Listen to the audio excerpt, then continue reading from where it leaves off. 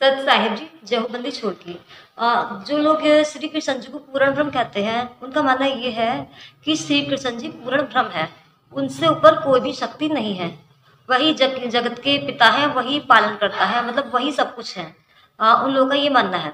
तो यदि श्री कृष्ण जी पूर्ण ब्रह्म होते तो वो श्री भागवत गीता के 18वें अध्याय के 62वें श्लोक में ऐसा क्यों कह रहे हैं कि तमेव शरणं गच्छामि सर्वभावेन भारत तत्प्रसादं परम शांतिं स्थानं प्राप्स्यसि शाश्वतम्।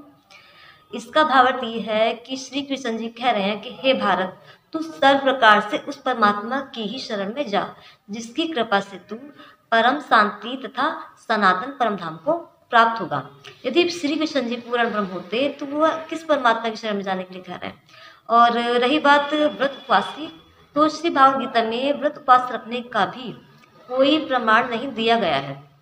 श्री भागवत गीता के 6ठे अध्याय के 16वें श्लोक में कह रहे हैं, गीता ज्ञानदाता कह रहा है कि हे अर्जुन, यह योग ना तो अधिक खाने वाले का, न बिल्कुल न खाने वाले का, न अधिक जागने वाले का, न अधिक सोने वाले का ही सफल होता है।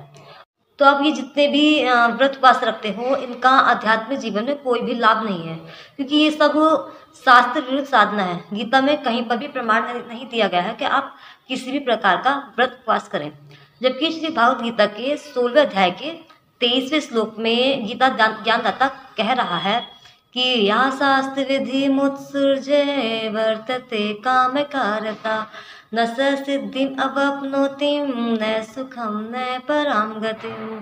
इसका भावार्थ ये है कि जो मनुष्य शास्त्र विधि को त्याग कर मनमाना आचरण करते हैं, उनको ना तो कोई सिद्धि प्राप्त होती है, ना ही उनको कोई फल प्राप्त होता है, और ना ही वह परम गति को ही प्राप्त होते हैं। तो ये सारी साधना एकदम शास्त्र विरुद्ध है। ये जन्माष्टमी का व्रत वगैरह रखने से आपको कोई भी फल नहीं मिल सकता है।